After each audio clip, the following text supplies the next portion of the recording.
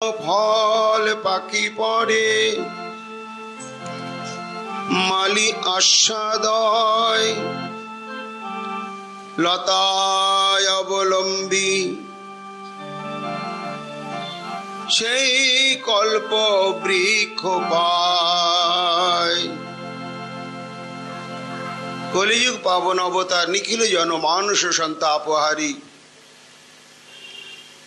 শ্রীকৃষ্ণ চৈতন্য মহাপ্রভুর অতীব নিগুড় অন্তরঙ্গ প্রিয় পরিকর কৃষ্ণ ভক্ত চূড়ামণি কবিকুল মুকুটমণি পরম পূজ্যপাদ শ্রীমৎ কৃষ্ণদাস কবিরাজ গোস্বামী তাঁর শ্রী শ্রী চৈতন্য চরিতামৃত গ্রন্থে মধ্যলীলায় ঊনবিংশ পরিচ্ছেদে শ্রী চৈতন্য মহাপ্রভু সনাতন গোস্বামী পাদকে যে ভক্তি সাধন তথা ভক্তিরসের লক্ষণ বিষয়ে সিদ্ধান্ত উপদেশ করছিলেন,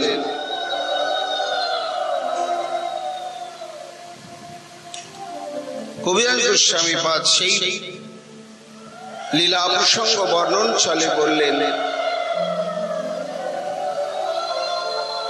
যে ব্রহ্মাণ্ড ভ্রমণ করতে করতে কোন ভাগ্যবান জীব গুরু কৃষ্ণ প্রসাদে পায় ভক্তিলতা বীজ। এই ভক্তি রসকে একটি রূপকের আশ্রয় গ্রহণ করে বর্ণনা করছেন শ্রীমন মহাপ্রভু। লতার সঙ্গে তুলনা করলেন, লতা অতি কোমল স্বভাবা, তার আশ্রয় ব্যতিরেকে সে ফল প্রদান করতে পারে না। তাই ভক্তি হচ্ছে অভিধেয় তত্ত্ব। এই ভক্তি অভিধেয় তত্ত্বের দুটো দিক রয়েছে, কে ভক্তি করবেন আর কাকে ভক্তি করা হবে, আর মাঝখানে রয়েছে ভক্তি। এই ভক্তি অনুশীলন কে করবেন সেই প্রসঙ্গে বর্ণনা করতে গিয়ে বিস্তৃত ভাবে 84 লক্ষ জনী ভ্রমণকারী জীবের পরিচয় দিতে দিতে বললেন পারমার্থিক চেতনা উন্মেষ হওয়া জীবই হচ্ছে পারমার্থিক অর্থাৎ এই ভক্তি সাধনার অধিকারী। কিন্তু সেই যোগ্যতা অধিকার প্রাপ্ত হলেই কৃষ্ণানুশীলনের মনোবৃত্তি তার অন্তরে জাগে না। তার জন্য একটি হেতু প্রয়োজন, সেই হেতুটি হচ্ছে মহৎ কৃপা। গুরু কৃষ্ণ প্রসাদে পায় ভক্তিলতা। এখানে গুরু তত্ত্ব কৃষ্ণ তত্ত্ব অভিন্ন তত্ত্ব। আবার সাক্ষাৎ কৃষ্ণস্তু ভগবান স্বয়ং, তা মূল কৃপার আধার কৃপার তত্ত্বই হচ্ছে শ্রী গোবিন্দ আমার।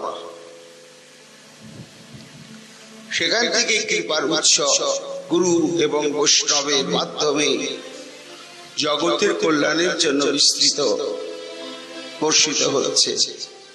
তাই গুরুদেবের ইচ্ছা অনুপ্রাণিত হয় সাধুর অন্তঃকরণে বদ্ধ ত্রিতাপ প্রতপ্ত জীবের ক্লেশ থেকে উদ্ধার করবার জন্য হেতু শূন্য যে উপকার ইচ্ছা জাগে সেটার নামই তো কৃপা। তা এই হচ্ছে ভক্তির পাত্র, কে ভক্তি করবে আর ভক্তি কি আর ভক্তি কাকে করা হবে। তা ভক্তি কাকে করা হবে সেটি সম্বন্ধ তত্ত্ব, আর সেটি হচ্ছে ভক্তিলতার একমাত্র অবলম্বন। ভক্তিলতা বাড়তে বাড়তে যতক্ষণ পর্যন্ত সেই সম্বন্ধ তত্ত্বকে সম্যক রূপে আশ্রয় না করতে পারবে ততক্ষণ পর্যন্ত সে ফল প্রদান করতে পারবে না। ভক্তি লতার সঙ্গে সম্বন্ধ তত্ত্ব যে কৃষ্ণ, তার নিবিড় সংযোগ ঘটাতে হবে। ভক্তি অনুশীলন করছি, কিন্তু ভগবানের সঙ্গে, গোবিন্দের সঙ্গে সম্বন্ধ নাই, যন্ত্রের মতো করছি। পুত্রকে বা প্রিয়জনকে ভোজন করানোর পরে দেখি সে তৃপ্ত হলো কিনা, পেটটা ভরলো কিনা, কিন্তু ঠাকুরকে যে ভোগ নিবেদন করলাম ওটা নিয়ে মনের মধ্যে ছটফটানি আসছে না। পেট ভরলো ঠাকুর, পেট ভরে খেয়েছে আজকে, ভালো লাগলো, কেমন হয়েছিল, ওটা তো কথা বলবে না। না না, কথা বলে, ততক্ষণই বলে না যতক্ষণ বিগ্রহেতে প্রাকৃত বুদ্ধি আমাদের থাকে। যেটা কাগজের ছবি, পেতলের ঠাকুর বা পাথরের ঠাকুর, কাঠের ঠাকুর, এই কাঠ, পাথর, পেতল, কাগজ, এই জ্ঞানটা যতক্ষণ পর্যন্ত 100 ভাগ মুছে না যাবে কথা কইবে না। যখন অন্তঃকরণ থেকে এটা একেবারে মুছে যাবে তখনই কথা কইবে। যখনই কথা কইবে তখনই বুঝতে হবে আমার ভক্তিলতা যে আমি জলসিঞ্চন করছিলাম, শ্রবণ কীর্তন জল লতা এইবার কৃষ্ণ কল্প বৃক্ষ স্পর্শ করেছে, অবলম্বন করেছে।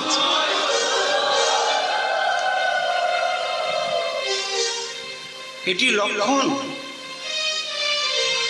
জল ঢেলেই যাব আর লতা একেবারে কি কল্প বৃক্ষ আরোহণ করবে, তা তো করবে না। এই জন্য যত্নাগ্রহের কথা বলা হয়েছে যে ভজনটা আস্তে আস্তে আমাদের সেই রাজ্যে পৌঁছাতে হবে। তুমি বিগ্রহ নও সাক্ষাৎ ব্রজেন্দ্র নন্দন, বিপ্র লাগি করো অকার্য সাধন। মহাপ্রভু বলছেন, তা কোন ভাগ্যবান, সবাই দীক্ষা নেয় কিন্তু নিষ্ঠা সহকারে যাজন করে কয়জন? দেখুন, একটা জেলাতে প্রাইমারি স্কুল কতগুলো থাকে আর তার ছাত্র সংখ্যা কত? ওই জেলাতে যদি 10 লক্ষ প্রাইমারি স্কুলের ছাত্র থাকে, তা ওই জেলার মধ্যে ইউনিভার্সিটির ছাত্র খুঁজে পাবেন হয়তো 50টা। তার মানে কেউ প্রাইমারি শেষ করেনি, কেউ পাস করে শেষ, সেকেন্ডারি তার যায়, কেউ ওখান থেকে বাদ দিয়েছে, কেউ কলেজ পর্যন্ত গিয়েছে। শেষে দেখা যাবে যে বিশ্ববিদ্যালয়ে গিয়েছে একটা জেলাতে যেখানে 10 লক্ষ প্রাইমারি স্কুলের ছাত্র ছিল, তাদের মধ্যে গিয়ে ওই 50 জন পৌঁছাতে পেরেছে। এই ক্রম উৎকর্ষ, সেটি হচ্ছে যে লালসা, যত্নাগ্রহ,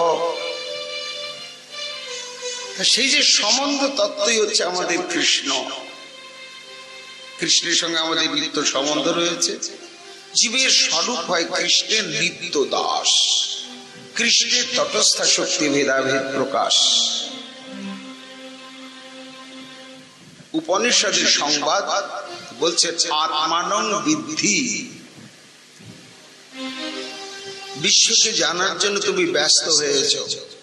সকালবেলা খবরের কাগজটা যদি বাড়িতে তুমি দেখতে না পাও, মাথা গরম হয়ে যায়। আজকে কি কাগজে কি খবর?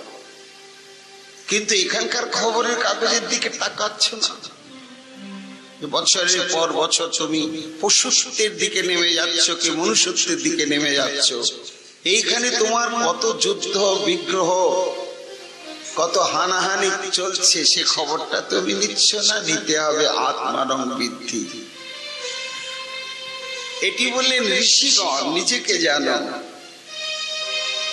আবার আমার ঠাকুর গোবিন্দ বলেন তদ্বৃদ্ধি।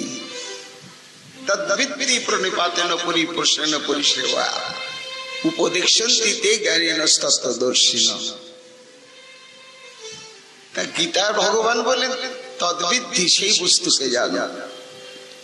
আর উপনিষদের ঋষিগণ বলেন আত্মানং বিদ্ধি। তাহলে কোনটা ছেড়ে কোনটা মানবো না? দুটোই মানতে হবে।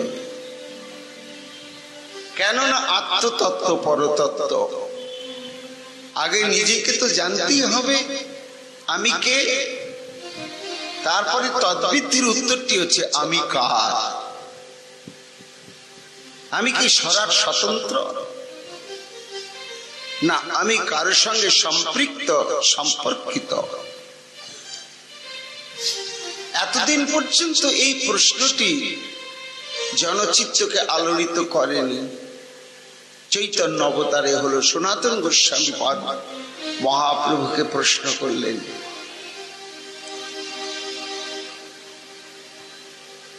যে প্রভু কি আমি কেন আমায় যারে তাপত্রয় ইহা নাহি জানি জীবের কইছে হিত হয়। তো তার উত্তর দিলেন তিনটি প্রশ্ন, কে আমি, কেন আমায় যারে তাপত্রয় দুটো, আর কইছে হিত হয় তিনটি।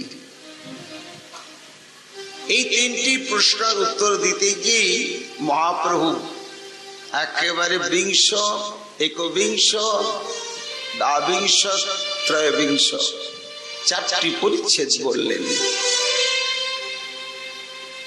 কে আমি, আর কেন আমার দুঃখ। তা কে আমির উত্তর দিলেন মহাপ্রভু জীবের স্বরূপ হয় কৃষ্ণের নিত্য দাস। এই যে দাস শব্দটি পুল্লিঙ্গবাচক, তাই তো? স্ত্রীলিঙ্গ হলে দাসী। তাহলে জীব কি কৃষ্ণের দাস না দাসী? বলে না, এই দাস শব্দটি ব্যক্তির বিশেষণ নয়। এটা দাস শব্দ হচ্ছে দাস্য বৃত্তি। এটা স্ত্রীলিঙ্গ পুল্লিঙ্গটা উচ্ছে আছে। জীবের স্বরূপ হয় কৃষ্ণের নিত্য দাস, মানে দাস্য বৃত্তি সম্পন্ন সত্তা। এটা বোঝানোর জন্যই দাস শব্দটি প্রয়োগ করা হয়েছে, দাসী বলা হয়। কেন না, এটা ব্যক্তির বিশেষণ নয়, সত্তার বিশেষণ। এইবার জীবের যে স্বরূপটি হচ্ছে কি কৃষ্ণের নিত্য দাস। আমরা অনাদি অনন্ত কাল থেকেই শ্রীকৃষ্ণের দাস, মানে কৃষ্ণের সঙ্গে সম্পর্ক রয়েছে আমাদের অনাদিকাল।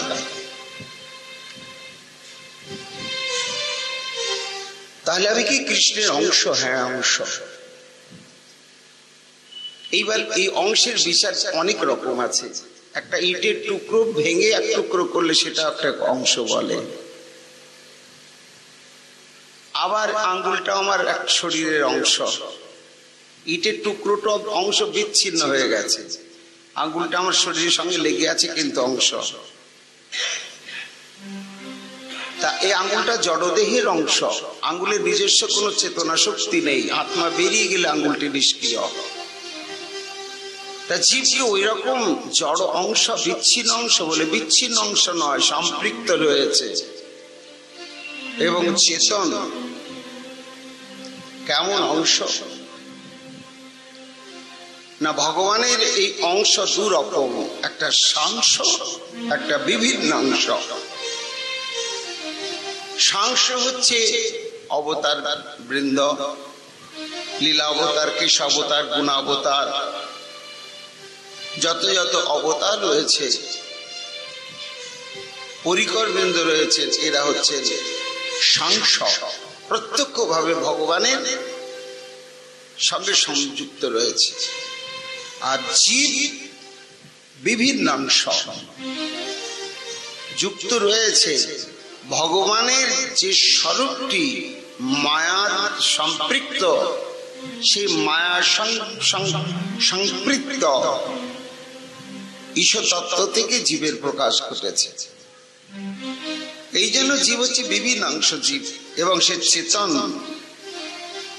জীবের এই অংশের সঙ্গে অংশের একটা নিত্য সম্বন্ধ রয়েছে। গীতায় শ্রীকৃষ্ণ ঢাক বাজিয়ে বলে দিয়েছেন, আমি একমাত্র জীবের সাক্ষী, শহীদ, সখা, বন্ধু, প্রভু, ভর্তা সব। তাহলে এতগুলো সম্বন্ধ রয়েছে ভগবানের সঙ্গে আমাদের নিত্যকালের মধ্যে।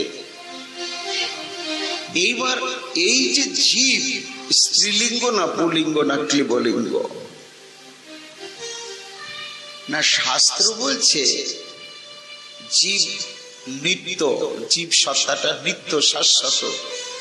গীতায় শ্রীকৃষ্ণ বলছেন অদাহ্য, অক্লেদ্য, অশস্য। একে কাটা যায় না, ভাঙা যায় না, ভেজানো যায় না, পোড়ানো যায় না, পরিবর্তন করা যায় না, নিত্য শাশ্বত বলা হয়েছে। জীব হচ্ছে শক্তি ভগবানের, ভগবান হচ্ছে শক্তিমান আর জীব হচ্ছে শক্তি। কেমন শক্তি না, জীবে ভগবানের তিনটি শক্তি, একটা বহিরঙ্গা শক্তি, তটস্থা শক্তি, অন্তরঙ্গা শক্তি। বহিরঙ্গা শক্তি মায়া, এই মায়ার বৈশিষ্ট্য ত্রিগুণাত্মিকা এবং দুটি বৃত্তি সম্পন্না, বিক্ষেপ আবরণাত্মিকা। সত্য, রজ, তম এই তিনটি গুণ বিশিষ্ট মায়া, আর তার স্বভাবই হচ্ছে বিক্ষেপ আবরণ আত্মিকা সত্তা। সে সবসময় বিক্ষিপ্তা। বলি এটা কেন? বলে ফুটবল খেলার যদি প্রতিপক্ষ দল না থাকতো ফুটবল খেলা হবে না। একদল গোল দেবে আর একদল রক্ষা করবে, তবেই তো খেলা চললো। যে লোকগুলো গোল দিতে দিচ্ছে না তাকে যদি পিটিয়ে মাঠ থেকে বের করে দেওয়া যায়, গোল দিতে দিচ্ছে না করবে, আর খেলা হবে না। একটা সংঘর্ষেই তো সবকিছু সত্তাবান হয়ে ওঠে। তার জন্য ভগবানেরই শক্তি মায়া, সে সবসময় প্রকার সৃজন করছে, বিক্ষিপ্ত করছে আর আবৃত করছে। জীব কিন্তু এই মায়া নয়। ভগবানের মাঝখানে একটা শক্তি আছে, তটস্থা শক্তি, এটি হচ্ছে জীব শক্তি। অনাদি অনন্ত, জীবের সংখ্যা বলা যাবে না, এর কোনো উত্তর নেই। প্রথম জীব কখন, কবে, কোন তারিখে, কটার সময় ভগবান থেকে বিচ্ছিন্ন হলো, যা অনাদি অনন্ত তত্ত্ব, তার আরম্ভ এবং অন্তের সংবাদ জানা যায় না। এমন যে জীব সত্তা, এরপরে ভগবানের তৃতীয় শক্তি হচ্ছে অন্তরঙ্গা শক্তি, সেটি তার নিজস্ব, সবসময় তার নিজের কাছে থাকে। এই অন্তরঙ্গা শক্তি আবার তিন ভাগ, সন্ধিনী, সম্বিত, লাহাদিনী। যাই হোক, তা জীব হচ্ছে ভগবানের শক্তি। কেমন শক্তি? বলে সংস্কার বিশিষ্ট শক্তি। শক্তির মধ্যে মুখ্য বৃত্তি হচ্ছে শক্তিমানের সেবা করা।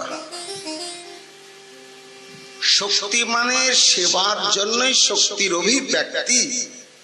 এই তটস্থ শক্তির জীব, এটা শক্তি হলেও এর মধ্যে ওই যে দাস শব্দের দাস্য, সর্বাত্মক সেবা। বলে দাস্য বলে তো শুধু দাস্য ভক্তির কথাই বললেন মহাপ্রভু, সখ্য বাৎসল্য মধুর কথা তো বললেন না। আবার এখানে বলা হচ্ছে যে মধুর রসে ভজন না করলে হবেই না। বলে দাস্যটি এমন একটি অদ্ভুত উৎকর্ষময়, দাস্যের দাস্য, তার চেয়ে উৎকৃষ্ট সখ্যের দাস্য, তার চেয়ে উৎকৃষ্ট বাৎসল্যের দাস্য, তার চেয়ে সর্বোৎকৃষ্ট হচ্ছে শৃঙ্গার রসের দাস্য। নিতাই গৌর হরি।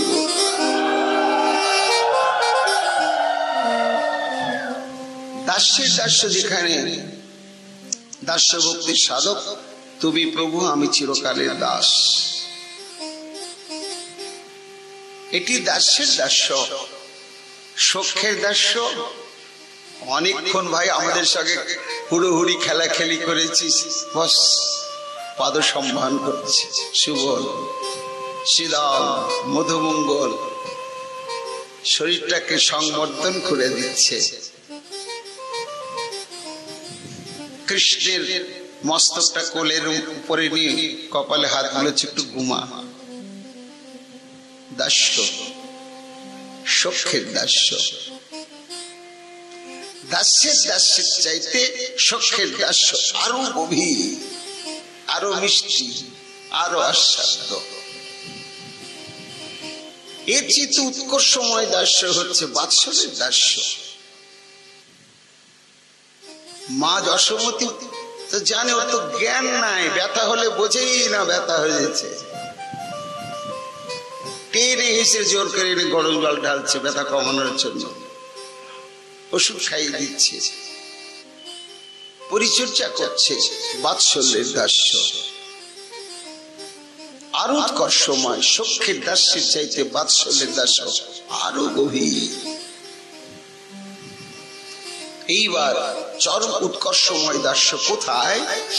শৃঙ্গার রসে নিজাঙ্গ দিয়ে সর্বাত্মক ভাবে ভগবানকে সুখী করবার জন্য সম্ভব রসাত্মক যে আত্মনিবেদন সর্বেন্দ্রিয়ের দ্বারা, সেখানে দাস্য। এই দাস্যটি হচ্ছে শৃঙ্গার রসোজ্জ্বল রসসিক্ত দাস্য। এরপরে আরো একটি আছে বড় দাস্য। সেই সংবাদটি এতদিন অব্যক্ত গোপনে ছিল। শ্রী চৈতন্য মহাপ্রভু কলিযুগে আমাদের কত পরম সৌভাগ্য প্রদান করলেন। বলে সখীগণ নিজের ইন্দ্রিয়ের দ্বারা ভগবানের প্রীতি সাধনের জন্য দাস্য মনোবৃত্তি নিয়ে উৎসর্গ করছে। এটা শৃঙ্গারসের দাস্য। জীবের স্বরূপ হয় কৃষ্ণের নিত্য দাস, মানে কৃষ্ণের দাস্য বৃত্তি সম্পন্ন সত্তা। তাহলে উৎকর্ষময় কি আমাদের ওইখানে গিয়ে শেষ? বলে না, আরো একটা গোপন সংবাদ রয়েছে। সেটা কি? বলে জীব যদি মধুর রসে দাস্য রসে সেবা করতে চায়, তাহলে তাকে প্রকৃতির স্বরূপ ছাড়া হবে না। বলে জীবের স্বরূপটা যে আদৌ প্রকৃতি, পুরুষ নয় বা ক্লীবলিঙ্গ নয়। কেন না শক্তি তত্ত্ব, যা শক্তি তাই প্রকৃতি স্বরূপা। শক্তিমান হচ্ছে পুরুষ আর শক্তি হচ্ছে প্রকৃতি। প্রকৃতি পুরুষকে আশ্রয় ব্যতিরেকে থাকতে পারে না, তো শক্তি শক্তিমানের আশ্রয় ব্যতিরেকে কখনো থাকতে পারে না। নিতাই গৌর হরি বল। এখন এই যে শৃঙ্গারসের দাস্যের চাইতে আরো চরম আর একটি সংবাদ হচ্ছে বড় দাস্য, রাধা দাস্য।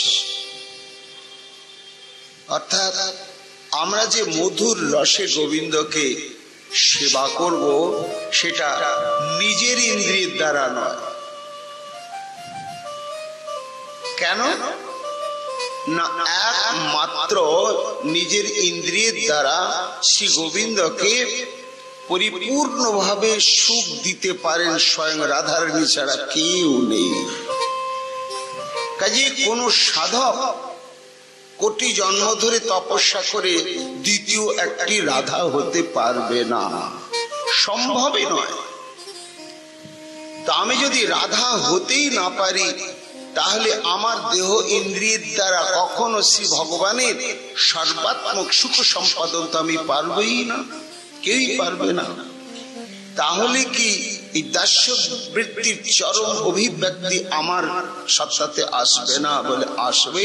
চৈতন্য মহাপ্রভু বললেন তোমাকে রাধাময় হয়ে যেতে হবে। বলি এটা তো সাযুজ্য মুক্তি হয়ে গেল। তুমি রাধারানীর সঙ্গে মিশে যাও, রাধারানীর সঙ্গে মিশে থেকে তবে তুমি তার সেবা করো। বলে এটাও তো ঘৃণ্য। রাধা সঙ্গে সাযুজ্য প্রাপ্ত হলাম। বলে না না না, মহাপ্রভু বলেন চিচি ওটা নয়। সাযুজ্য থাকবে, আবার স্বাতন্ত্র থাকবে, দুটোই থাকবে। কি করে সম্ভব? কাদের দ্বারা সম্ভব? বলে ওই যে রাধা দাসীগণ, এরা গোবিন্দের দাস্য দাসী বটে, গোবিন্দেরই দাসী, কিন্তু রাধা দাসী নাম কেন?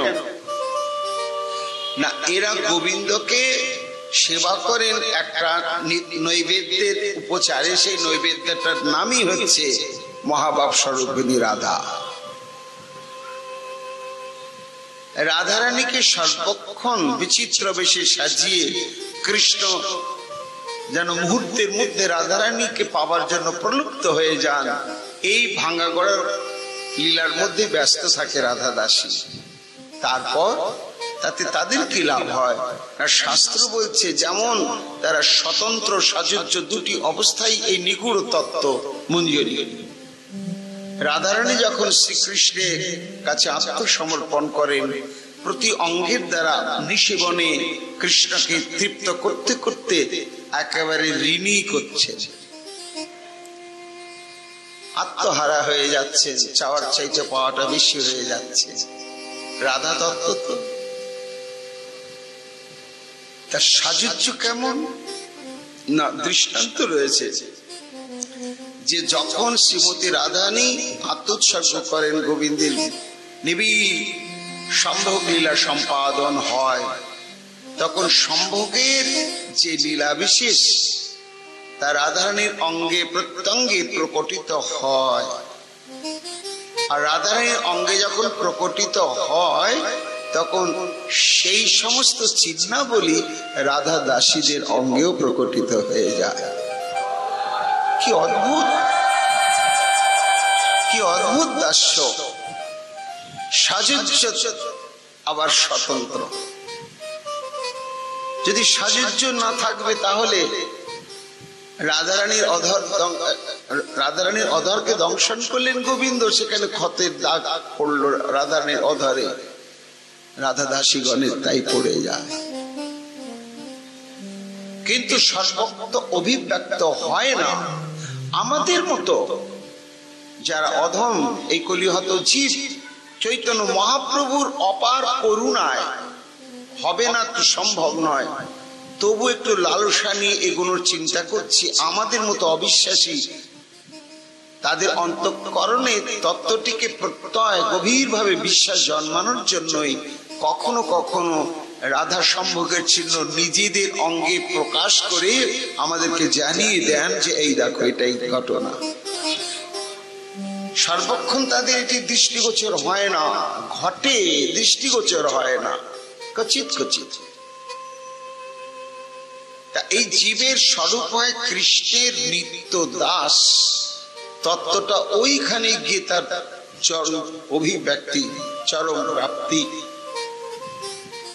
মহাপ্রভু বলছেন এই জন্য ভক্তির পাত্র সাধক কে ভক্তি করবে, সেই হচ্ছে জীবতত্ত্ব। আর জীবের স্বীকৃতির দুয়ার খুলে মহতের কৃপায়, গুরু কৃষ্ণর এবং মহতের কৃপায়। তারপরেই তো একটা রূপক লতার সঙ্গে তুলনা করে বললেন শ্রবণ কীর্তন জল করো শিলচর। সেগুলো নাম আমরা বিস্তৃত আলোচনা করেছি। এখন প্রেম ফল পাখি পড়ে মালি আস্বাদয়, গতকাল আমরা এই নিয়ে একটু আলোচনা করেছি, আবার একটু আলোচনা করব আমরা। তাৎপর্য হচ্ছে এই যে যতক্ষণ পর্যন্ত সাধক যথাবস্থিত দেহে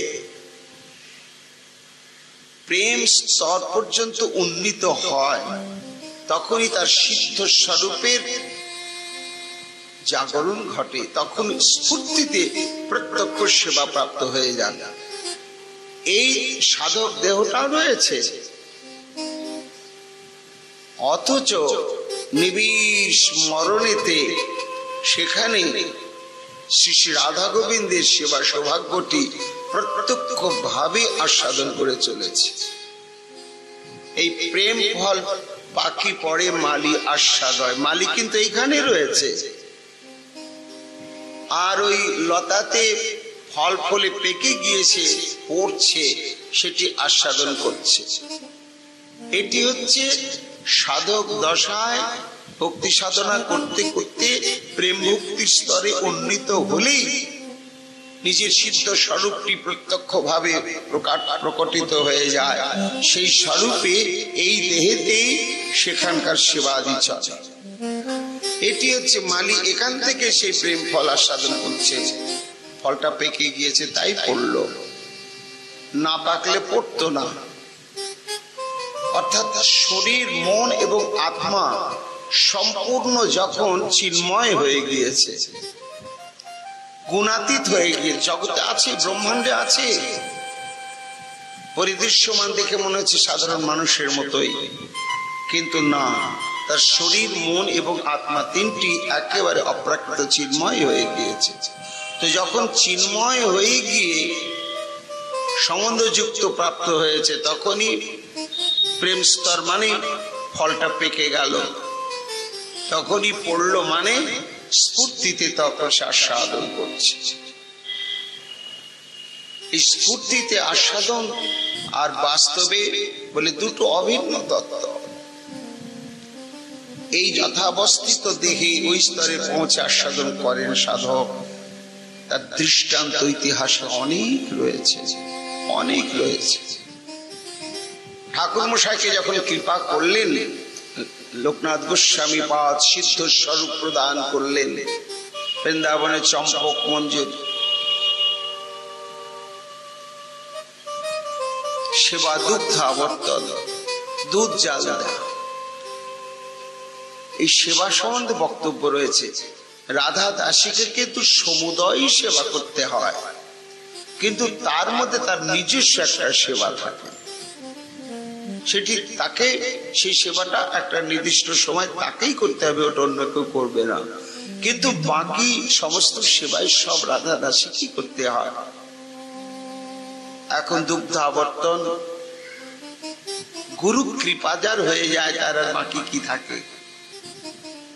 তো ভাবনার রাজ্যে প্রবেশ করেছেন ঠাকুর মশাই।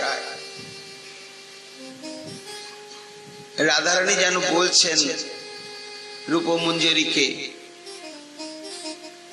ওই চম্পক দুগ্ধ আবর্তন করবে, সেই দুগ্ধ নাগরকে তোরা পান করাবি, তার অধরামৃত আমি পাব।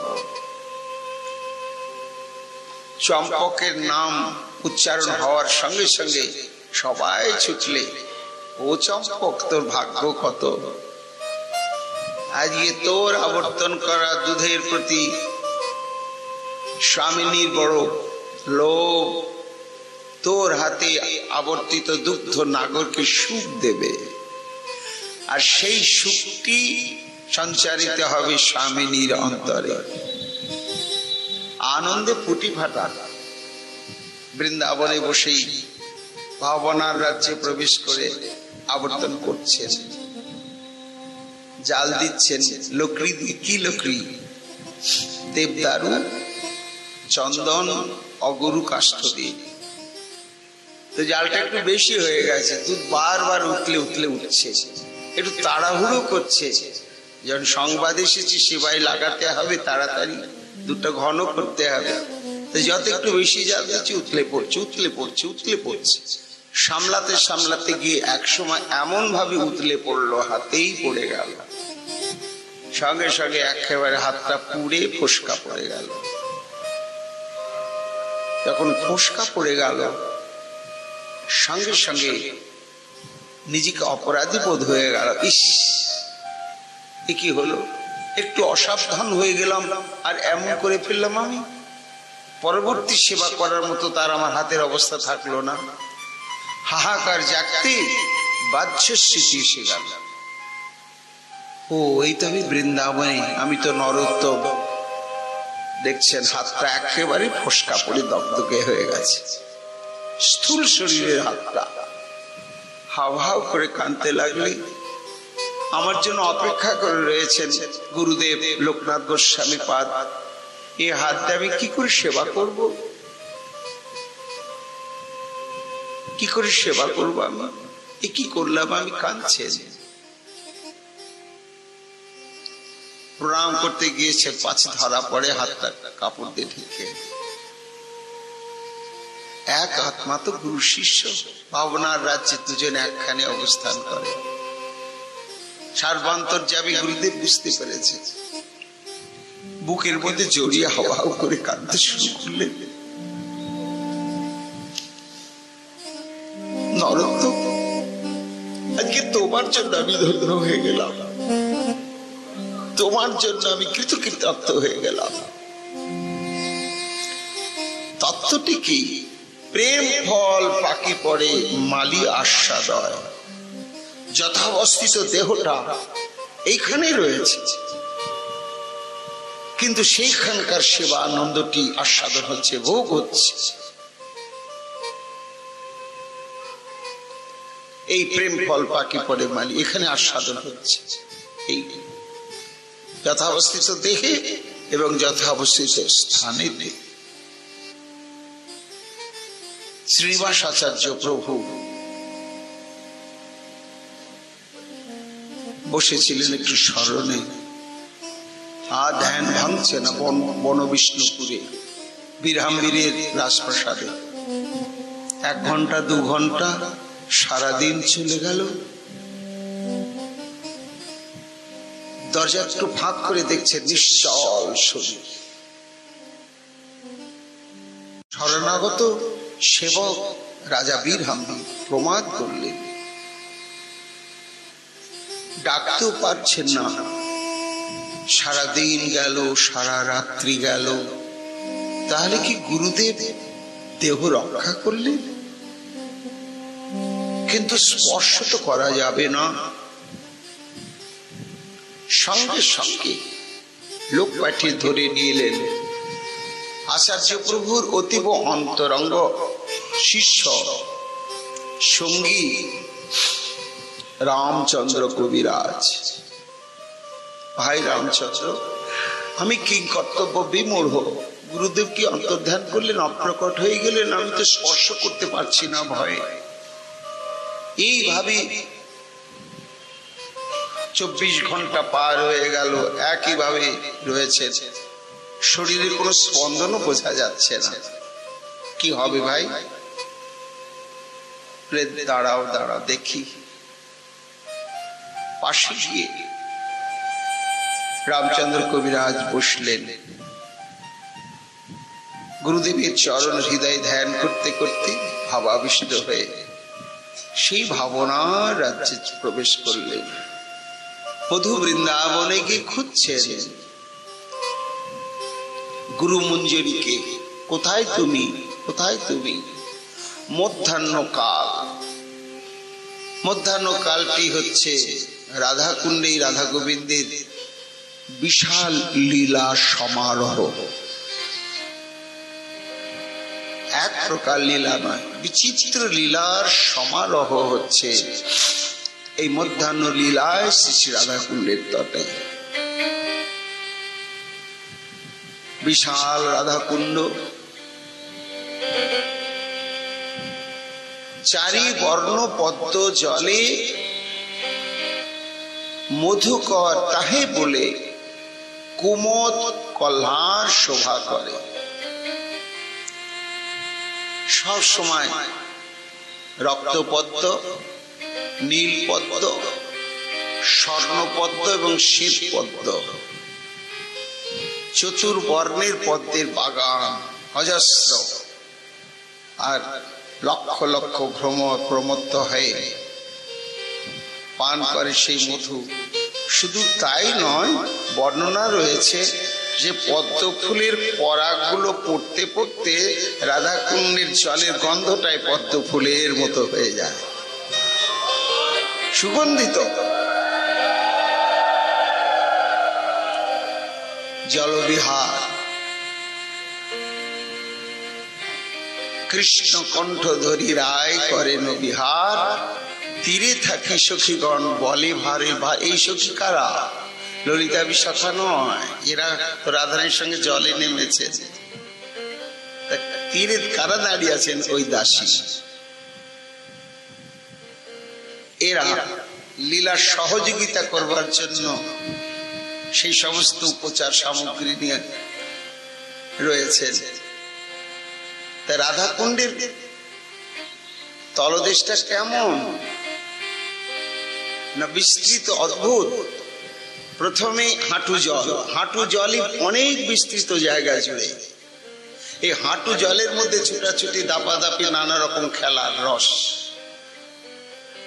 তারপরে কোমর জল, কোমর জলের বিরাট বিরাট প্ল্যাটফর্ম, বিস্তৃত জায়গা জুড়ে ওই এক কোমর জল। কোমর জলে যত রকম জলবিহার করা যায় অশেষ বিশেষে তাই হয়। তারপরে বক্ষলগ্ন জল, বুক জলে যতটা সাঁতার বিহার করা যায় তার জন্য বিস্তৃত প্ল্যাটফর্ম। তারপরে কণ্ঠদগ্ন জল, তারপরে অগাধ জল।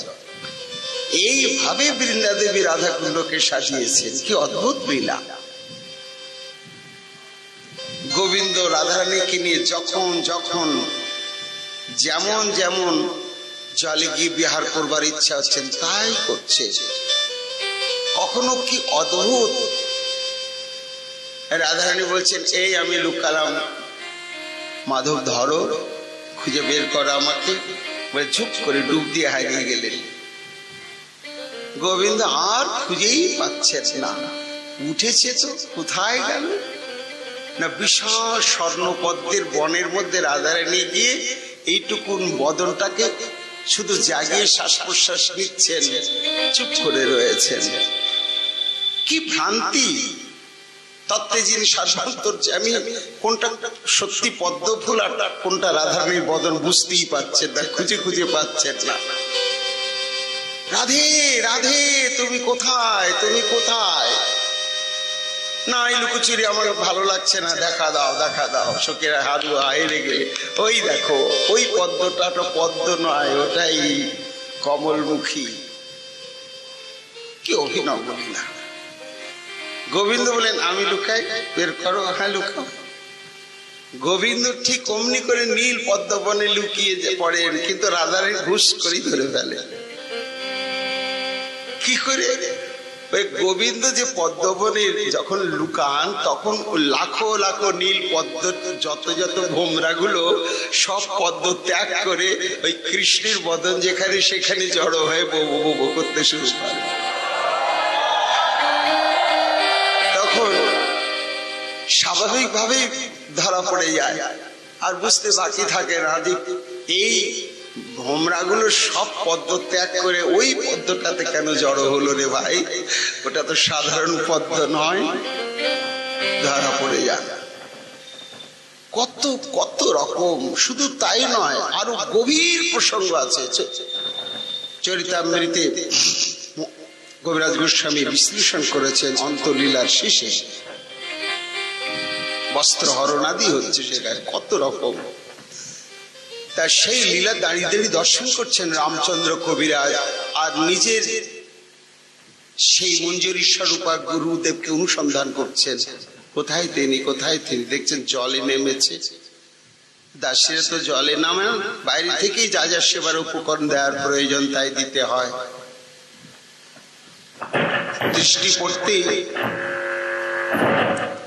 দৃষ্টি পড়তেই তখন আচার্য প্রভু তার সিদ্ধ স্বরূপে দেখছেন তার অনুগতা দাসী এসেছে। আয় আয়, নেমে আয়, জলে নেমে আয়। কেন?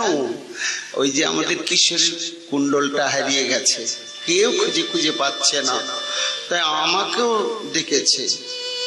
আমরা কেউ খুঁজে খুঁজে পাচ্ছি না। স্বচ্ছ নির্মল জল রাধা কুণ্ডে, অতল তলে যদি একটা আলপিনো পড়ে থাকে সেটা দেখা যাবে, কিন্তু খুঁজি খুঁজি বিশাল রাধা কুণ্ডের অত অত যে জল কোথাও অনুসন্ধান করে কেউ পাচ্ছে না। বড় প্রিয় কুণ্ডল গোবিন্দ আজকে পরিয়ে দিয়েছিলেন রাধারানীকে। এই জন্য রাধারানীর বড় আবদার, আমার বধূর পরানো কুণ্ডলটা হারিয়ে গেল, ওটা আমার চাই। দেখ তোরা বের করে দে। খুঁজে খুঁজে খুঁজে খুঁজে কোথাও আর মিললই না। হতাশ, সবার মনেই দুঃখ যে আমরা কেমন দাসী হলাম। এ তো কুণ্ডের বাইরে কোথাও যায়নি, জলে আছে। আচার্য প্রভু ডাকছেন রামচন্দ্র কবিরাজকে, এসো না তুমি একটু খুঁজে দেখো। আহা, গুরু কৃপা! টুক করে পেয়ে গেলে, পেয়ে গিয়ে সখী এই তো এই তো এই তো। আরে সেই কত প্রহর, কত প্রহর। এই আমাদের জগতে 24 ঘন্টা চলে গিয়েছে, খোঁজাই হচ্ছে কুণ্ডল সেখানে, কাল তো স্তব্ধীভূত সেখানে। তা পেলেন কোথায়, কিভাবে? না জলে খুঁজছে সবাই, কিন্তু কুণ্ডলটি পড়েছে একটা পদ্ম ফুলের উপরে। ভাবনাতে আসেনি যে কোনো ফুলের উপরে খুঁজতে হবে।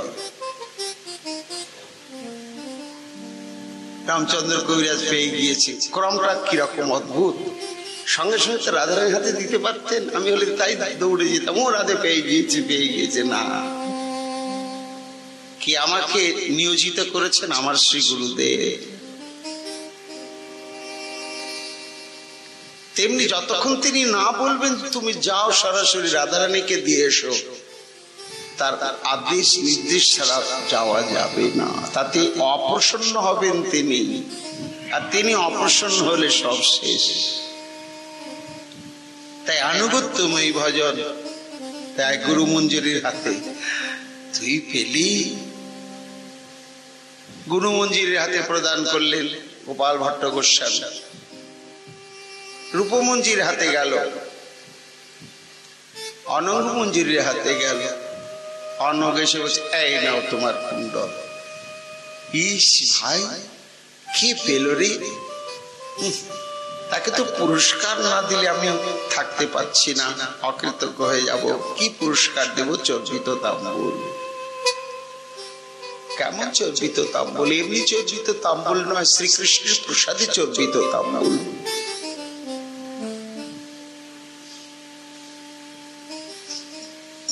এসব ভজনের নিগুড় প্রসঙ্গ, আস্বাদনের বিষয়।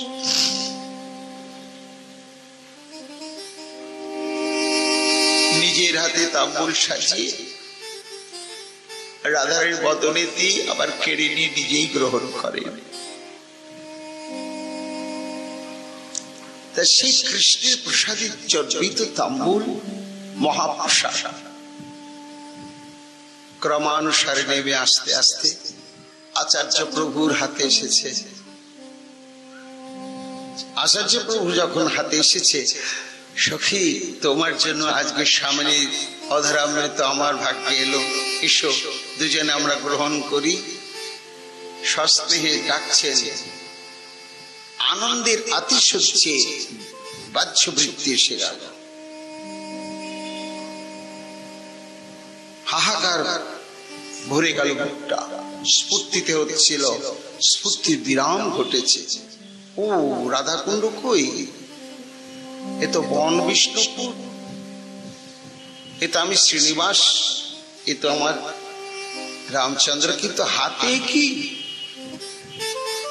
প্রত্যক্ষ সাক্ষাৎ শ্রীমতী রাধারানী চর্বিত তাম্বুল একেবারে আচার্য প্রভুর হাতের মধ্যে সুগন্ধে সারা রাজপ্রসাদ আমোদিত করেছে। ছুটে এসেছে, ভক্তি রত্নাকরে বিস্তৃত বর্ণনা করেছেন নরহরি চক্রবর্তী পাল। বিরামীর ছুটে এলেন, এসে দেখছেন অষ্টসাত্ত্বিক বিকারে বিভূষিত গুরুদেব রাধে রাধে রাধে রাধে বলছেন। এত অশ্রু পুলক শিহরণ প্রকম্পিত তনু, পাশে বসা কবিরাজ দুজনের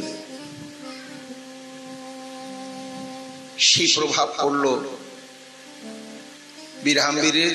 সেও হা রাধে বলে গড়াগড়ি দিতে শুরু করলেন। প্রেম ফল পাকে পড়ে মালি আস্বাদ হয়, তত্ত্বটা কি?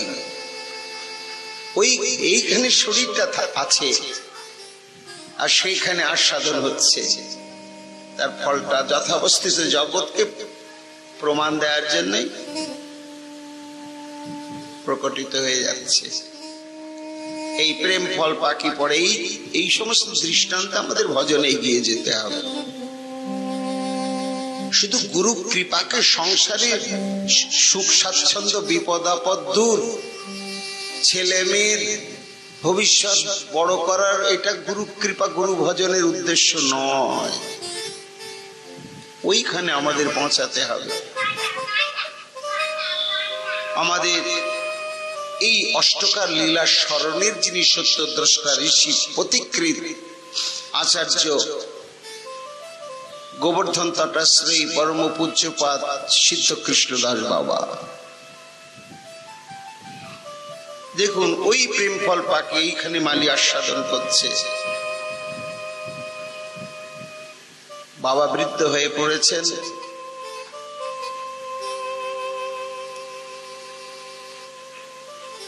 তা মধ্যাহ্ন কাল সেবকরা একটু পরিচর্যা করছেন বাবাকে। দ্বীপ্রহর কাল উনি একটু আবিষ্ট দশায় রয়েছেন, চোখ বন্ধ। কেউ কিছু প্রশ্ন, অন্য তার কাছে অন্য কথা বলা যেত না, লীলার প্রসঙ্গ ছাড়া অন্য কোনো প্রশ্নই করা যেত না। তার মুখ দেখতে না, তাকে কাছে আসতে দিতেন না। বলে তুমি তো রসিক নও, তুমি তো এই স্তরেই ওঠোনি, তোমার সঙ্গ করলে আমার ক্ষতি হবে, যাও। হাউ হাউ করে কেঁদে উঠলেন, আর সঙ্গে সঙ্গে কি অপার্থিব গন্ধে সারা মানস গঙ্গাটা আমোদিত হয়ে গেল। মানস গঙ্গার তীরে থাকতেন তো সিদ্ধ বাবা, হাউ হাউ করে কাঁদতে শুরু করলেন। কি হলো বাবা, বাবা কি হলো বাবা? আর সবাই আশ্চর্য যে বাবা কাঁদছেন, সেটি গন্ধ কোত্থেকে এলো, গন্ধের হেতুটা কি? এত কাঁদছেন ফুপিয়ে ফুপিয়ে, কখনো উচ্চস্বরে মানে সম্বরণ করতে পারছেন না। বহু কষ্টে ক্রন্দন সম্বরণ করার পরে বলছেন, আমার মতো মন্দ ভাগ্য ব্রহ্মাণ্ডে আর কেউ নেই, আমি সেবা থেকে বঞ্চিত হলাম, সেবা থেকে বঞ্চিত হলাম। কি হলো বাবা, কি হলো? মধ্যাহ্ন কাল রাধারানী কুণ্ডে স্নান করবেন। স্নানের পূর্বে রাধারানীকে স্নানযোগ্য বস্ত্র পরানো হয়, উদ্বর্তন আদি প্রয়োগ করা হয়। স্নানের আগে এক বিশেষ মিশ্রণ আছে, সেটি রাধারানীর সর্ব অঙ্গে মর্দন করে লাগাতে হয়। মাথায় সুগন্ধি তেল দিয়ে দিতে হয়। তা বাবা বলছেন যে আমার গুরুদেবী আমাকে একটি সুগন্ধি তৈল পাত্র প্রদান করেছেন, ধরে থাকো, আমি যখন ঈশ্বরীকে আমি তেল মাখাবো তোমার হাত থেকে নেব। তো বাবা বলছেন যে আমি তৈল পাত্রটি নিয়ে রাধারানীর একটি অঙ্গে দৃষ্টি নিবদ্ধ করার সঙ্গে সঙ্গে একটি অঙ্গেতে এত অনন্ত মাধুর্য, সেই মাধুর্য দর্শন করতে করতে আমি বেহুল হয়ে গেলাম, আমার হাত থেকে পাত্রটি পড়েই ভেঙে গেল। আমি সেবা থেকে বঞ্চিত হলাম, সেবা থেকে বঞ্চিত হলাম বলে আবার কাঁদতে শুরু করলেন। তা পাত্র ভাঙলো তো সেইখানে, আর গন্ধ ছড়ালো মানুষ গঙ্গার তটে একেবারে। তত্ত্বটা কি? ওই যে ভক্তিলতাও চলে গিয়েছে এইখানে। কৃষ্ণ কল্প বৃক্ষ মানে লীলা, যোগাযোগ ভক্তি সাধককে, ভক্তির ভূমিকে, ভক্তির সম্বন্ধকে একাকার করে দিয়েছে। প্রেম ফল পাকে পড়ে মালি আস্বাদ। তারপরে যতক্ষণ পর্যন্ত প্রেম স্তরে উন্নীত সাধক ভগবত ইচ্ছায় এই জগতে অবস্থানের একটা প্রতিশ্রুতি থাকে, ততদিন থাকেন। তারপরে কি হয়? লতা অবলম্বী কৃষ্ণ কল্প বৃক্ষ পায়। লতা অবলম্বী মানে কি? লতাকে ধরে ধরে ধরে ধরে এই দেহটা ত্যাগ হয়ে গেল, দেহটা ত্যাগ হয়ে গেল। হওয়ার পরে তখন কিভাবে ওখানে গেল? গিয়ে দুম করে মঞ্জুরি হলো তা নয়, যে ব্রহ্মাণ্ডে লীলা প্রকট হতে চলেছে, শ্রীমতী রাধারানী জন্মলীলা প্রকট করতে চলেছেন, তখন ওই পরিপক্ক দশা সাধককে যোগমায়া দেবী সেই ব্রহ্মাণ্ডে গোপীগর্ভে স্থাপন করেন। লতা অবলম্বী কল্পবৃক্ষ পায়ের মধ্যে এতটা রহস্য লুকিয়ে রয়েছে। তা এই যে গোপী গর্ভে স্থাপন করলেন, তার জৈবিক সত্তাটাকে, জৈবিক সত্তার নেই, গুরুদেব তাকে যে মঞ্জুরি স্বরূপ প্রদান করেছেন, সেই জৈবিক সত্তাটা সেই স্বরূপটিতেই প্রকটিত হয়ে গিয়েছে এবং সেটি তার নিত্য শাশ্বত স্বরূপ হয়েছে। সে আর কোনোদিন পরিবর্তন হবে না, সেটি রাধা দাসী স্বরূপ। সেই স্বরূপটি যাচ্ছে কোন দিকে? ওই যে 24 ঘন্টা লীলা চিন্তন, আর লীলা চিন্তনের হেতুই হচ্ছে ভক্তি, ভক্তির একটি অঙ্গ স্মরণাঙ্গ। স্মরণাঙ্গ হচ্ছে ভক্তির একটি অঙ্গ, তার মানে ভক্তিলতা। ভক্তিলতাকে অবলম্বন করে তার এই দেহ রক্ষা হলো এবং তার গুরুদেব প্রদত্ত ভাবযোগ্য দেহের স্বরূপটি পৌঁছে গেল যে বৃন্দাবনে লীলা সংগঠিত হতে চলেছে, সেখানে গিয়ে গোপী গর্ভে তাকে স্থাপন করলেন। বলে এইখানে যে প্রেম স্তরে সিদ্ধ স্বরূপের আবিষ প্রাপ্ত হয়ে যে ফলটি আস্বাদন করছিল, সেখানে কি সঙ্গে সঙ্গে তাই আরম্ভ হয়? বলে না, তা হয় না। ওইখানেও আবার ভজনের অপেক্ষা রয়েছে। ক্রম স্তর অতিক্রম করে এখানে তার দেহটা চিন্ময় হয়েছে, কিন্তু মহাভাবময় হয়নি। তো যতক্ষণ পর্যন্ত সাধকের চিত্তমন আত্মা মহাভাবময় না হবে, ততক্ষণ সরাসরি রাধা দাসে প্রাপ্ত হবে না।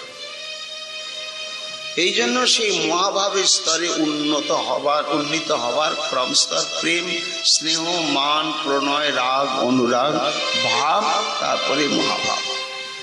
এই মহাভাবের লক্ষণাদি রয়েছে।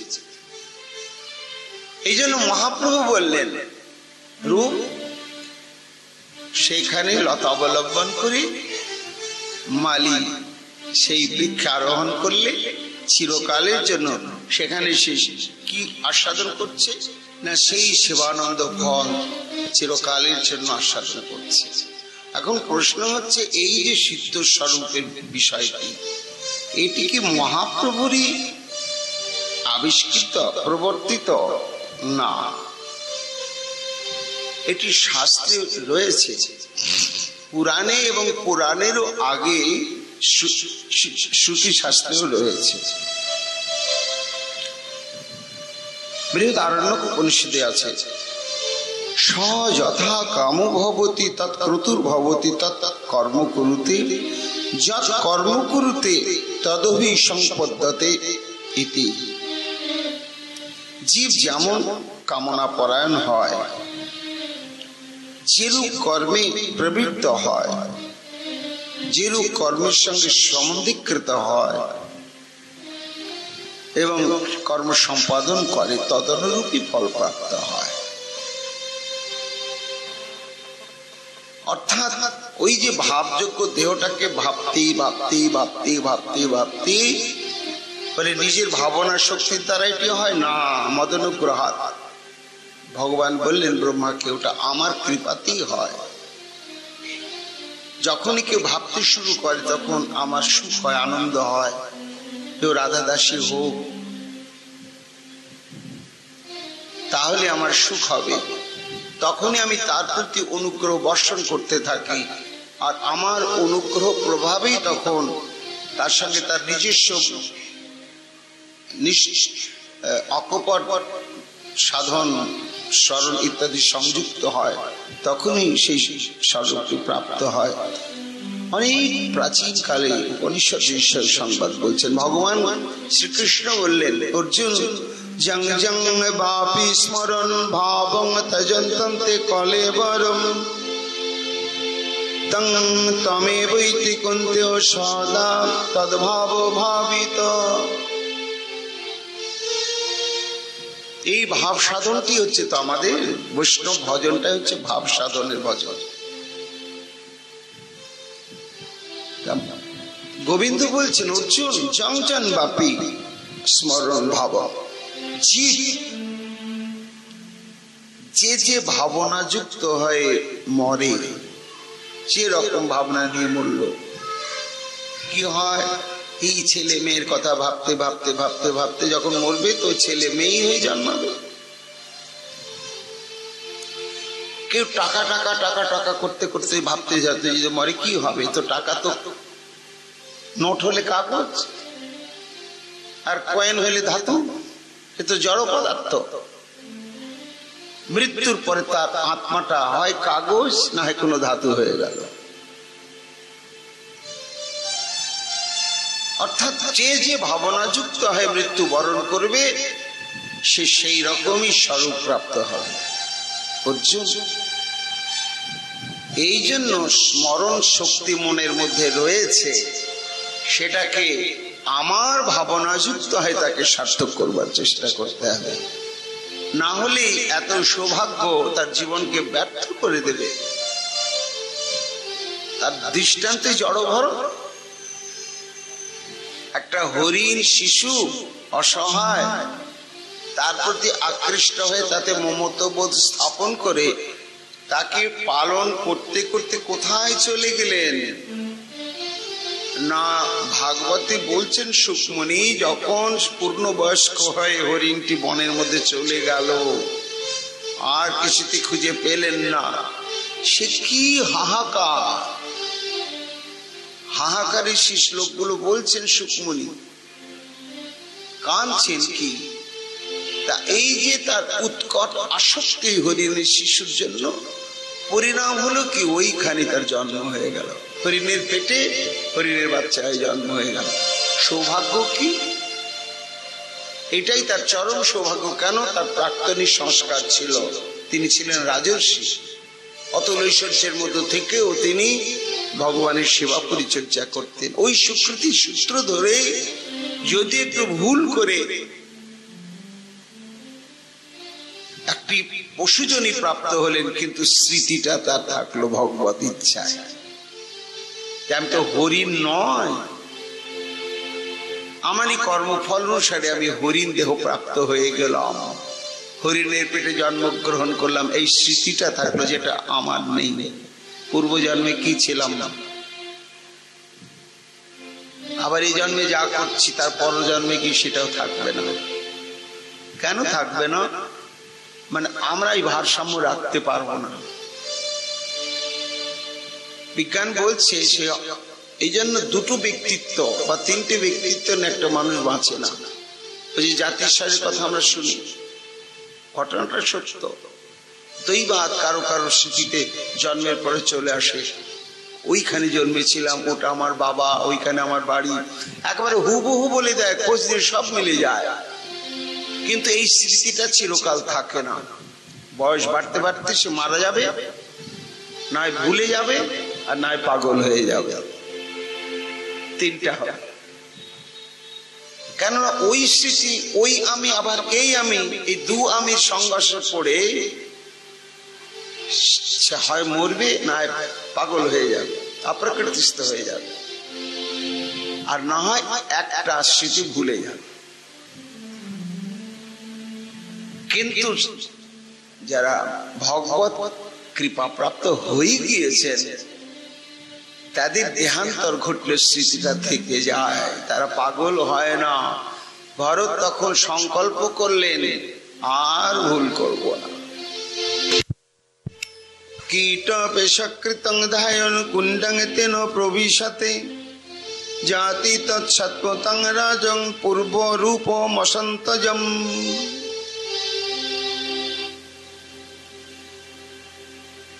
অর্থাৎ যেমন কাঁচ পোকা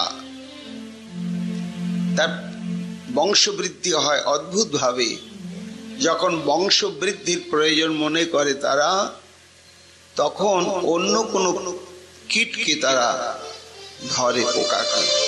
আমি দেখেছি আরশোলাকে বেশি ধরে, তা কাঁচ পোকাটা কিন্তু ছোট, আসলে অনেক বড়। তো তাকে ধরি, তাকে দংশন করে। দংশন করার সঙ্গে সঙ্গে ওই কাঁচ পোকার শরীরে এক ধরনের রস থাকে, সেই রসটা সঞ্চারিত করে দেয় আরশোলাটার শরীরে। আরশোলাটা হিপনোটাইজড হয়ে যায়, সম্মোহিত হয়ে যায়। তখন ওকে যেদিকে টেনে টেনে নিয়ে যায়, যেখানে দাঁড় করিয়ে রাখে ওইখানে থেকে যায়, আর উড়ে কোথাও পালিয়ে যায় না। তো টেনে নিয়ে গিয়ে তার যেখানে জায়গা সেখানে নিয়ে গিয়ে মাটি দিয়ে, মাটির একটা প্রলেপ দিয়ে দেয়। সেই প্রলেপ দিয়ে চলে গেল সে, তার মধ্যে আটকা পড়ে গেল আরশোলাটা। ঠিক 2.5 থেকে 3 মাস পর ওই আরশোলাটা দ্বিতীয় কাঁচ পোকা হয়ে বেরিয়ে চলে যায়। ভাগবত এখানে বলছে যে ভাবনাটা কেমন, পূর্ব রূপম অসন্তজম, অর্থাৎ পূর্ব দেহকে ত্যাগ করলো না, ওই যথাবস্থিত দেহটাই আর একটা দেহে রূপান্তরিত হয়ে গেল। কি করে হলো? তৎসাৎমতম, ওই কাঁচ পোকাকে ভাবতে ভাবতে ভাবতে ভাবতে ভাবতে তখন সেই ভাবনার তরঙ্গগুলো তার শরীরের জড় তরঙ্গের উপরে এমন প্রভাব সৃষ্টি করলো যে শরীরটাকে রূপান্তরিত করে দিয়ে দ্বিতীয় আর একটা কাঁচ পোকা হয়ে গেল। সে গিয়ে যখন সে পরিপক্ক দশা প্রাপ্ত হলো, উঠতে টুটতে শিখলো, তখন বেশ বেরিয়ে চলে গেল। তো একটা পতঙ্গ কীট, তার মস্তিষ্ক কত ছোট, কত ক্ষুদ্র, ওইটুকুন মস্তিষ্ক নিয়ে সে যদি ভাবতে ভাবতে যথাবস্থিত শরীরটাই অন্য আর একটা দেহে রূপান্তরিত করতে পারে, তার চাইতে মানুষের যে মস্তিষ্ক সেটি অনেক উন্নত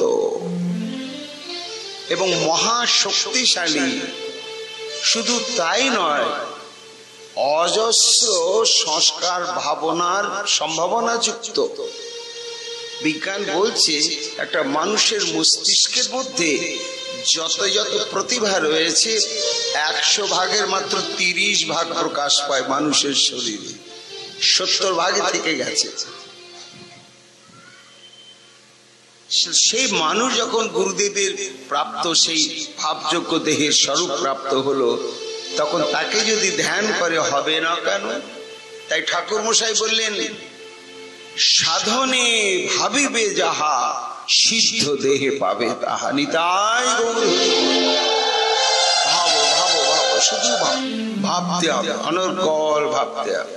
ভাবতে ভাবতে ভাবতে ভাবতেই ওই ভাবযোগ্য দেহের স্বরূপ আত্মপ্রকাশ করবেই করবে করবে। তা এইভাবে সাধক দেহের ওই শ্রবণ কীর্তন এবং রাগ ভক্তি যুক্ত, বিধি নয়, রাগ ভক্তি।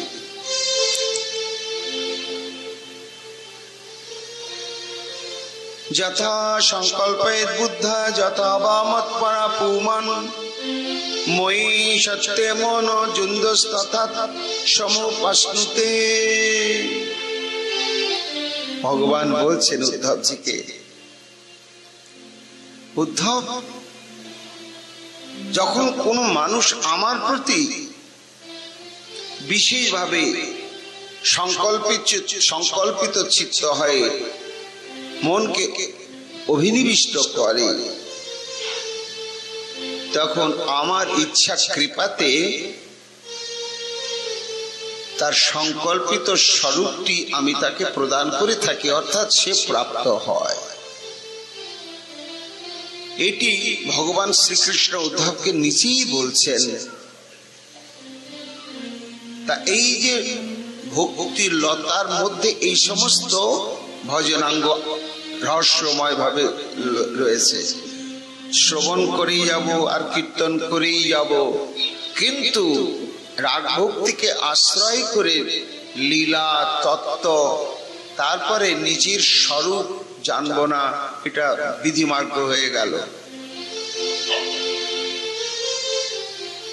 সিদ্ধ দশায়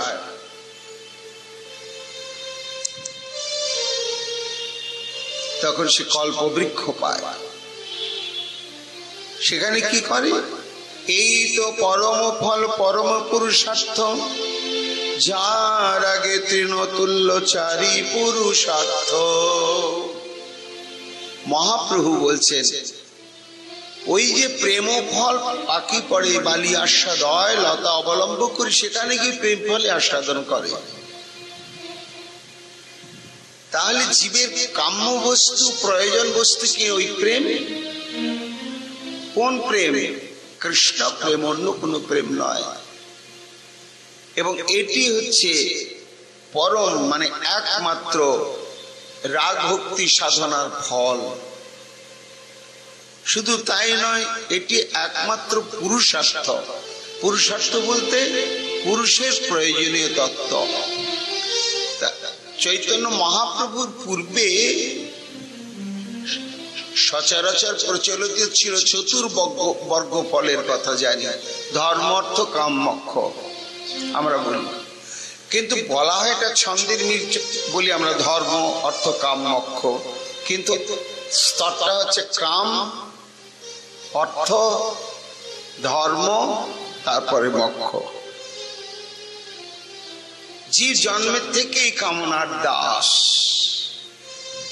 ভোগস্পৃহা, দেখে শুনে নিয়ে করে খেয়ে যত প্রকার ভোগানুভূতির সংস্কার জীবের মধ্যে রয়েছে, তা জীব দেখলো ওহো তার কাম তৃষ্ণাকে তো মিটাতে হবে, না হলে তো প্রাণেই বাঁচবো না। তাহলে আগে এই কাম, এইবার কাম তৃষ্ণা মিটাতে গিয়ে অনর্থের সৃষ্টি হয়ে যাচ্ছে। কি না, পাঁচ প্রকার তৃষ্ণা তো পঞ্চেন্দ্রিয়ের, দর্শনের তৃষ্ণা, শ্রবণের তৃষ্ণা, কীর্তনের তৃষ্ণা, গন্ধ আস্বাদনের তৃষ্ণা আর স্পর্শের তৃষ্ণা। তৃষ্ণা মেটানোর বস্তুগুলো তো আলাদা আলাদা, একসঙ্গে সংগ্রহ করা তো ঝামেলা। যদি চোখের তৃষ্ণা মেটানোর জিনিস যদি বা সংগ্রহ করতে পারবো, তা এই চর্ম স্পর্শ সুখের তৃষ্ণা মেটানোর জিনিস সংগ্রহ করা যাচ্ছে না। তাহলে একটা মিডিয়া চাই, এমন একটা বস্তু যার দ্বারা সব ধরনের বস্তুই সংগ্রহ করা যাবে, সেটার নামই টাকা। এটিএম কার্ডটা যদি থাকে পকেটে, হরি বল, খালি জামা কাপড় পরে যত্র আমরা বেড়াতে পারি, এটিএম আছে, এটা অর্থ। তাহলে জীব ক্রমে ক্রমে প্রথম প্রয়োজন মনে করল তার কাম পূরণটাই হচ্ছে প্রয়োজন, এর জন্য আমাকে বাঁচতে হবে। পরবর্তী দেখলো কাম পূরণ করতে গেলে কাম্য বস্তুকে আলাদা আলাদা সংগ্রহ করা বিড়ম্বনা, ওই অর্থ যদি সংগ্রহ করা যায় তাহলে সামগ্রিক সবই তার সংগ্রহের মধ্যে থেকে যায়। তাহলে অর্থ মানে ধন সম্পদ। এইবার সেটি প্রয়োজন তত্ত্ব মনে করে চুরি ডাকাতি বদমাশি ছিনতাই করে সংগ্রহ করতে শুরু করলো। করতে গিয়ে দেখছে আমার শান্তি হচ্ছে, কিন্তু একটা অশান্তির আগুন জ্বালিয়ে দিচ্ছি, তো পরবর্তীতে প্রভাবটা তো আমার উপরই পড়ছে। তাহলে তো এটা প্রয়োজন নয়। এই অর্থ প্রয়োজন বটে, কিন্তু পথটা তো ঠিক নয়। তার একটা এমন একটা পথ অবলম্বন করতে হবে দুঃখের আগুন জ্বলবে না। সেই পথের সন্ধানই আছে বেদ বা ধর্মে। তাই তৃতীয় প্রয়োজন তত্ত্ব এসে গেল, না কাম পূরণে আমার প্রয়োজন, সেটার জন্য অর্থ যেমন প্রয়োজন, সেটা ধর্ম পথেই আমাকে উপার্জন করতে হবে। তাহলে ধর্মের প্রয়োজন এসে গেল। এইবার সৎ পথে সৎভাবে অর্থ সংগ্রহ করে আমার কামনা বাসনা পূরণ করে চলেছি, কিন্তু তারপরে এই কামনা বাসনা পূরণটা তো যতক্ষণ শরীর ততক্ষণ, আবার যতক্ষণ শরীর ততক্ষণও থাকে না। দেখার তৃষ্ণা চোখে যদি ছানি পড়লো হয়ে গেল। দেখার জিনিসও আছে, আমিও আছি, কিন্তু চোখটা দৃষ্টিহীন হয়ে গেছে। হরি বল। তাহলে কি এইরকম ভোগের বস্তু নেই যেটা কখনো নষ্ট হবে না, শরীরটাও নষ্ট হবে না? ধর্মের ক্রমোৎকর্ষ আসছে, তখন সর্বভোগের কথা চিন্তা হলো। তার জন্য যাগযজ্ঞাদের দিকে মানুষ প্রয়োজন তত্ত্বের দিকে চলে গেল। এগুলো প্রয়োজন তত্ত্ব ধর্মেরই অঙ্গীভুক্ত। তারপরে দেখলো না, বেদ শাস্ত্র বলছে আব্রহ্ম ভুবনার লোকান পুনরাবর্তিন অর্জুন। বলে যতই যাই ভাই, ব্রহ্মলোক পর্যন্ত একদিন প্রলয় হয়ে যাবে। হায় হায়, আমি যদি ব্রহ্মা হয়ে যাই একদিন এই ভাই প্রলয় হয়ে যাব, তাহলে তো আমার সুখ ভোগ হলো না। তাহলে প্রলয়ের থেকে কেবলমাত্র সর্বাত্মক আনন্দানুভূতি যে কাম্য আমার, এটা কোথায় প্রাপ্ত হওয়া যাবে? মোক্ষ, সাযুজ্য মুক্তি ব্রহ্মের সঙ্গে। এখানে শেষ। শাস্ত্র বলল এই কাম, অর্থ, ধর্ম আর মোক্ষ, এই চতুর্বর্গ ফল, এই নিয়ে চলছিল। চৈতন্য মহাপ্রভু বললেন না, তার উপর আর একটি সংবাদ আছে। এই তো পরম ফল, পরম পুরুষার্থ, যার আগে তৃণতুল্য চারি পুরুষার্থ। নিতাই গৌর হরি বল। রূপ গোস্বামী পাদকে মহাপ্রভু বলছেন যে দেখো রূপ, এই যে প্রেম ফল পাখি পড়ে, এটি হচ্ছে জীবের চরম পুরুষার্থ, আর এটি 5 নম্বর প্রয়োজন তত্ত্ব, এটাই সর্বশেষ। এইটি যদি কেউ প্রাপ্ত হয়, তার কাছে ধর্মার্থ কাম মোক্ষ 4টা জঘন্য তৃণতুল্য মনে হয়, একেবারে নগণ্য মনে হয়।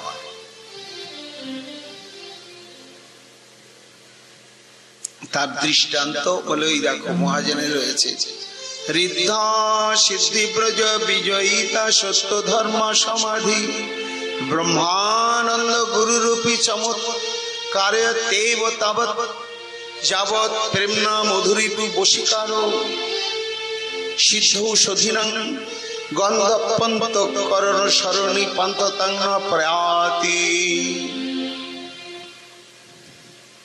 মহাজন বলছেন ঋদ্ধা সিদ্ধি ব্রজ বিজয়িতা সত্য ধর্ম সমাধি ব্রহ্মানন্দ গুরুরূপী,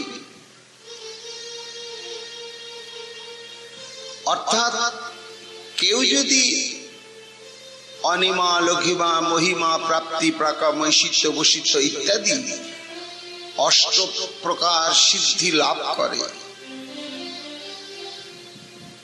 কিংবা মোক্ষ পথকে অবলম্বন করে ব্রহ্মের সঙ্গে সাযুজ্য মুক্তি লাভ করে সে ব্রহ্মের আনন্দ সমুদ্রে নিমজ্জিত হয়ে যায়, কিংবা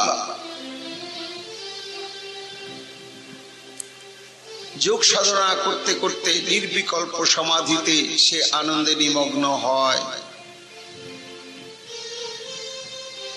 এই যে আনন্দ, এই যে সুখ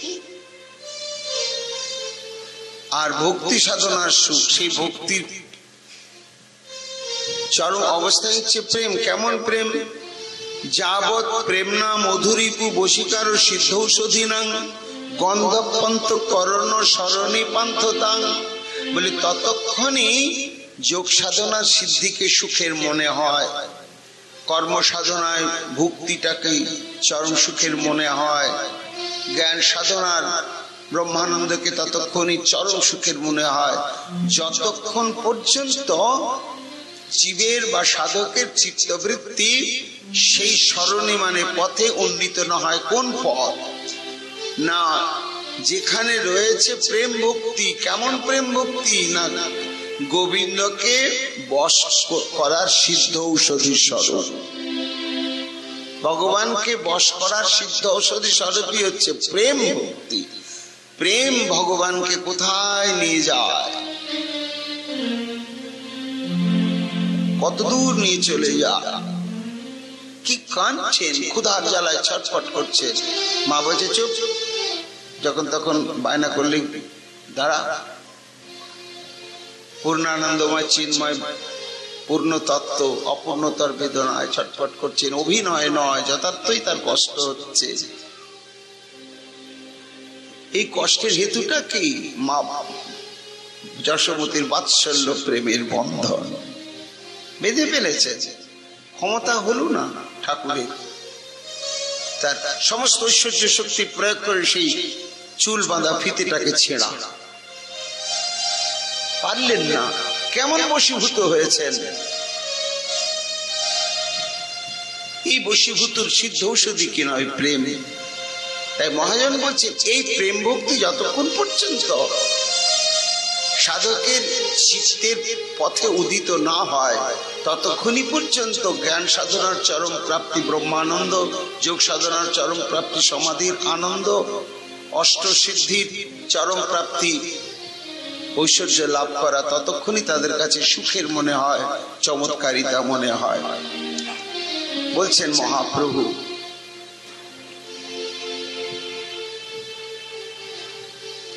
এই জন্য এই প্রেমার বশ কৃষ্ণ সর্বানন্দ ধাম। তাহলে আমরা এই পর্যন্ত কোন আলোচনায় পৌঁছালাম না? ভক্তিলতার চরম ফলে হচ্ছে প্রেম।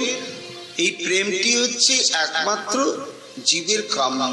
আমাদের সমস্ত কর্ম প্রচেষ্টার উদ্দেশ্য হবে কৃষ্ণ প্রেম ভক্তি প্রাপ্তি। এটাকে প্রয়োজন তত্ত্ব বলা হচ্ছে, কৃষ্ণ প্রাপ্তি নয়। এটা বাইরের কথা। কেননা সখীরা রাধারানীকে ধিক্কার দিয়ে বলছে যে দেখ এই আলা ভোলা গোয়ালিনীর কি কাজ, অকৈতব কৃষ্ণ প্রেম রাখা। কৃষ্ণকে সহজে পাওয়া যায়, প্রেম রাখা বড় দায়। গোবিন্দকে সহজে পাওয়া যেতে পারে, কিন্তু বেঁধে ফেলা যাবে না। ডাকলে আসবে, চাহিদা মিটিয়ে দিয়ে পালিয়ে চলে যাবে। কিন্তু তাড়িয়ে দিলেও যাবে না, এরকম হবে না। সেটা কখন হবে? ওই কেউ যদি প্রেম বন্ধনে বাঁধতে পারে, সনাতন গোস্বামী বলছে যাও। যার জন্য সর্বস্ব ত্যাগ করলেন, সে মদন মোহনকে পেয়েও বলছেন যাও তুমি, তোমার সুখে তো আমার সুখ। চৌবের বাড়িতে তুমি কত সুখে থাকো, বাইনাক্কা ধরলে আমার কাছে আসবার জন্য তাই এনেছিলাম। এখন বলছো লবণ ছাড়া খেতে পারি না। তো তোমাকে ব্যথা দিয়ে তো আমার কাছে ধরে রাখতে আমি চাই না মদন মোহন। তোমার সুখে আমার সুখ, তুমি ওইখানে সুখে থাকবে, নাই বা থাকলে আমার কাছে তাতে কি? আমি তো জানবো তুমি সেখানে চরম সুখ পাচ্ছ, আনন্দ পাচ্ছ। যাও। সত্যি বলছি শোনা তো, যাও। যেমন করে এসেছো হেঁটে হেঁটে যাও। যাচ্ছি। শোনো মদন মোহন আবার দাঁড়িয়েছে, তাই কি কখন আমাকে ছাড়তে পারে সনাতন? ঘটঘট করে এগিয়ে আসি। না আসছো কোথায়? তবে যে তুমি ডাকলে। সনাতন গোস্বামী কাঁদতে কাঁদতে বলছে যাও প্রভু, তুমি যেখানে যাবে যাও, শুধু সেই প্রেম ভক্তিটা আমার হৃদয়ে রেখে যাও, যে প্রেম ভক্তির আকর্ষণে তুমি লবণ ছাড়া শাক সেদ্ধ, এই লবণ ছাড়া শাক সেদ্ধ পেতে তুমি আসতে বাধ্য হয়েছে প্রভু। সেই প্রেম ভক্তিটা যেন আমার বুক জুড়ে চিরকাল থাকে। তুমি যেখানে খুশি যাবে যাও। তাহলে প্রয়োজন তত্ত্ব আমাদের গোবিন্দ নয়, প্রয়োজন তত্ত্ব হচ্ছে প্রেম। আজকে আমরা সম্মিলিত হয়েছি গুরু তত্ত্বের আশ্রয় পাদপীঠে। কেন? এই আত্মসমীক্ষা করবার জন্য। যে আমাদের এইভাবে এগোতে হবে ধাপে ধাপে প্রেম সাধনায়। এই ভক্তিলতাকে কিভাবে জল ঢাকতে হবে, কিভাবে বেড়া দিতে হবে, কিভাবে সংরক্ষণ করতে হবে, কিভাবে শাখা উপশাখাগুলোকে ছেদন করতে হবে, সেদিকে দৃষ্টি দেওয়ার জন্য এই পঞ্চম পুরুষার্থটি কৃষ্ণ প্রেমী হচ্ছে আমাদের প্রয়োজন তত্ত্ব, কৃষ্ণ প্রয়োজন তত্ত্ব নয়। যার জন্য বললেন রূপ, এই প্রেমটাই হচ্ছে পরম ফল, আর এইটি হচ্ছে একমাত্র পুরুষের পুরুষার্থ। পুরুষ শব্দের জীব, জীবেরই একমাত্র প্রয়োজন তত্ত্ব হচ্ছে প্রেম। এইবার এটি একটা লতাকে উপলক্ষ করে একটা রূপকের মাধ্যমে মহাপ্রভু এইভাবে প্রসঙ্গটি বর্ণনা করলেন।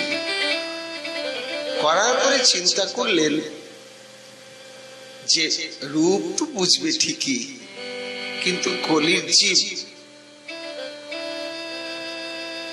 একেবারে বড় ধান্দাবাজ, অযথা যুক্তি জাল বিস্তার করে খণ্ড খণ্ডন করতে ওরা ওস্তাদ। কাজে বলবে তুমি তো ভক্তিলতার কথা বললে, ওটা তোমার কথা, শাস্ত্র তো কই লতার কথা বলেনি, ভক্তির কথা বলেছি। সেই ভক্তি কিভাবে পরিশ্রুত পরিশুদ্ধ হবে, ভক্তি কোন স্তরে উন্নীত হলে তবেই প্রেম ফল বলবে, এর শাস্ত্রীয় সিদ্ধান্ত তো জানা গেল না। কাজে গৌর তোমার ব্যক্তিগত মত আমরা নিতেও পারি, না নিতেও পারি। যদি নিরপেক্ষ মধ্যস্থ শ্রী ভাগবত পুরাণ শাস্ত্রে যদি সিদ্ধান্ত পাওয়া না যায়, মহাপ্রভু চিন্তা করছেন এখন কিছু শাস্ত্রকে আশ্রয় করে এই প্রসঙ্গটি আরো পরিষ্কার করে বলতে হবে। সেই প্রসঙ্গ আমরা বিকালবেলা আবার শ্রবণ কীর্তন করব, আর মাত্র একটা দিন সুযোগ পাব। আগামীকাল আমরা সকাল বিকাল এই ভক্তি রস সিদ্ধান্তের কতদূর আমরা এগোতে পারবো মহাপ্রভু জানে। কিন্তু এই প্রসঙ্গগুলো এখানে কিন্তু আমরা ঠিক শ্রবণ কীর্তন করছি না, যদিও পরিবেশটি তেমনি, এটা কিন্তু আমরা পরস্পর আলোচনা করছি যে আমাদের কিভাবে এগোতে হবে। আর এই যে মহাপ্রভু কি অদ্ভুত ভাবে দৃষ্টান্তের মাধ্যমে সহজবদ্ধ করে বললেন